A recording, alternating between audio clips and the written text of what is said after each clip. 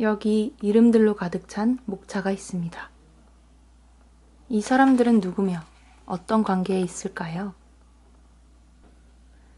50여 명의 이야기가 담겨있는 소설 피프티 피플입니다. 안녕하세요, 진아입니다. 잘 지내셨나요? 오늘은 제가 꼴이 누추한 관계로 이렇게 구도를 잡고 진행하도록 하겠습니다. 오늘은 정세랑 작가의 장편소설 피프티 피플을 다뤄보려고 합니다. 이 소설은 앞서 보여드린 것처럼 50명의 사람들이 등장하는 그런 소설입니다. 이들의 관계는 가깝기도 멀기도 하지만 수도권 종합병원과 그 근방에 살고 있는 사람들이라는 장소적 배경은 정해져 있습니다.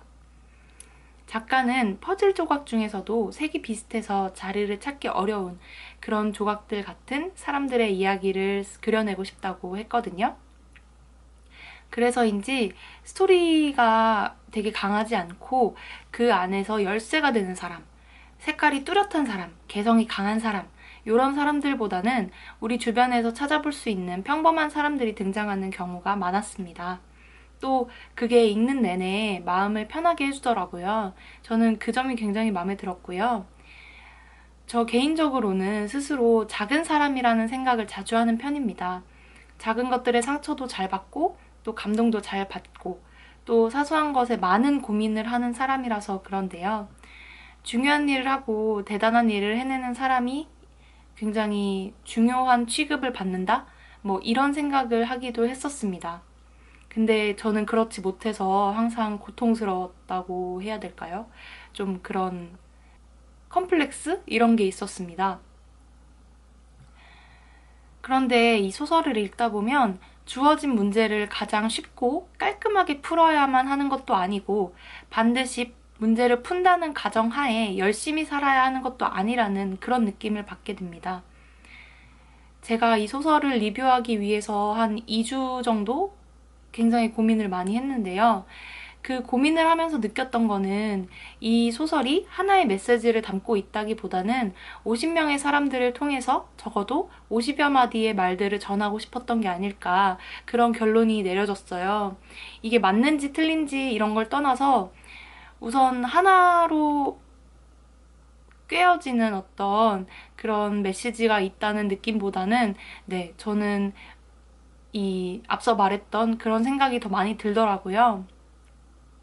책의 구성적인 면에서 이야기를 조금 해보자면 무려 50여 명의 사람들의 이야기를 다루고 있지만 한 사람당 내용이 긴 편은 아닙니다. 그래서 읽기에 굉장히 좋았고요.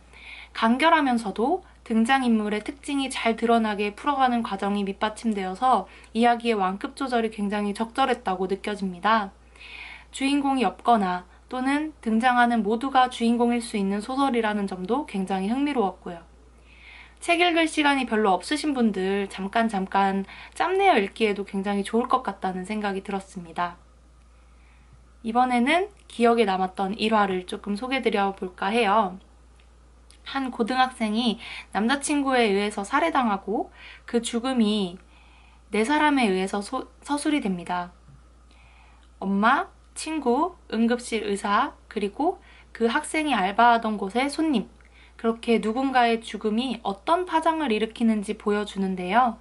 비일상적인 사건이 일상을 파고들었을 때를 보여주면서 소설의 전체적인 톤보다는 조금 무거운 그리고 공감하기 힘든 TV 속 이야기처럼 느껴지는 일화가 등장합니다. 그러나 곧 그런 일들이 우리의 삶 속에서 얼마나 비일비재하게 일어나고 있는가를 떠올리게 되기도 하더라고요. 그래서인지 작가는 살인자의 심리나 본성 이런 것을 서술하기보다는 죽음을 당한 사람과 관계된 남겨진 사람들의 이야기를 합니다.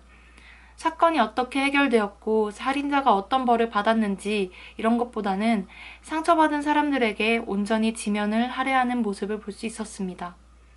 저는 그게 작가가 보여줄 수 있는 어떤 사랑하는 일을 잃은 사람들에게 보내줄 수 있는 최선의 위로가 아니었을까? 그런 생각이 좀 들더라고요. 사실 누군가 죽고 사는 문제가 너무 대단한 문제고 어려운 일인데 그런 게 사실 요즘 너무 많이 TV 속에서 이렇게 또는 우리 주변에서 사건, 사고처럼 일어나잖아요. 그런데 그렇게 사건이 일어났을 때 항상 범죄자에 대해서만 관심을 가지고 그 사람이 어떻게 살아왔고 그 사람이 뭐 어떻게 할 거고 그런 게 중요하지 않다고 생각하거든요, 저는. 남겨진 사람들에 대해서 더 많은 이야기를 해야 하고 그리고 이 남겨진 사람들의 상처를 어떻게 위로하고 치유해 갈 수 있을까 그런 점에 대해서 많이 고민해야 되는 사회가 아닐까 생각합니다. 그리고 두 번째는 조금 가벼운 일화를 가져왔어요. 한 타투이스트의 이야기인데요. 이거는 책의 한 부분을 읽어드릴게요.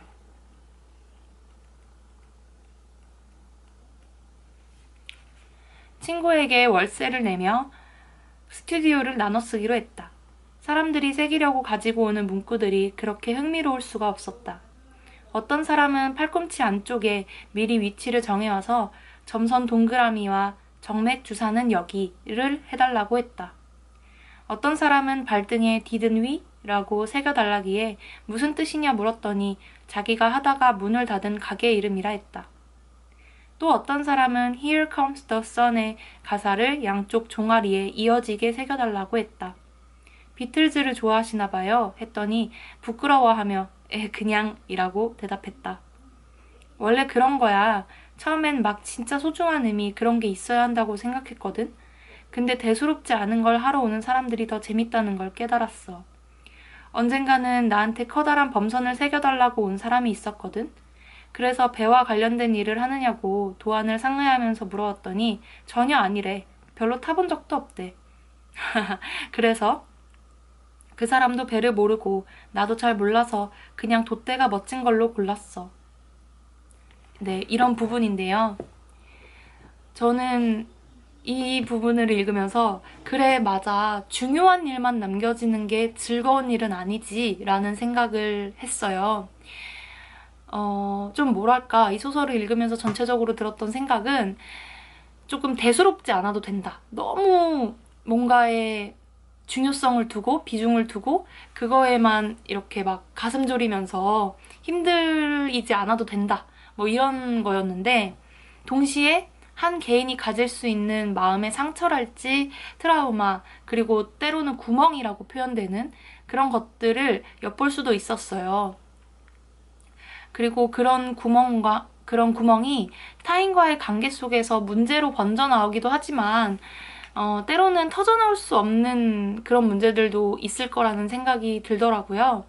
그리고 그런 구멍은 누구나 갖고 있을 수 있다라는 생각이 드니까 조금 이 50명의 사람들을 통해서 누구에게나 그런 구멍이 있을 수 있고 또 동시에 그런 구멍이 있을 때 쉽게 괜찮아 라고 말해주지 않더라고요. 이 작가는 구멍을 메울 수 있는 방법을 생각해야 된다라는 그런 느낌을 받았어요. 한 딸이 이제 굉장히 자기 외모나 이런 것들 그리고 또 어머니가 일찍 돌아가시는 바람에 트라우마라고 해야 되나? 상처가 있었는데 아버지가 재혼한 그 어머니가 새어머니가 그런 말을 하거든요. 뭐 어때? 얼굴이야 고치면 되지. 근데 중요한 건 네 마음속에 있는 그 구멍이야 라고 얘기를 하는 그런 장면이 있어요. 대사를 정확하게 제가 읊어드린 건 아니지만 비슷한 뉘앙스로 그런 의미로 이야기를 합니다. 그래서 저는 그 부분을 읽으면서 쉬 괜찮다고 위로하지 않는 작가구나. 그냥 아파도 괜찮아, 뭐 모자라도 괜찮아 이런 게 아니라 그런 구멍이 있다면 메울 수 있는 방법을 생각해야 되고 그런 게 인생이고 그러나 그 방법이 너무 힘들고 아프다면 조금은 쉬어가도 괜찮다. 혹은 너무 대수롭지 않게 여겨도 괜찮다. 그렇게 살다 보면 또 풀어지는 게 인생이기도 하더라. 뭐 이런 느낌을 많이 받았습니다.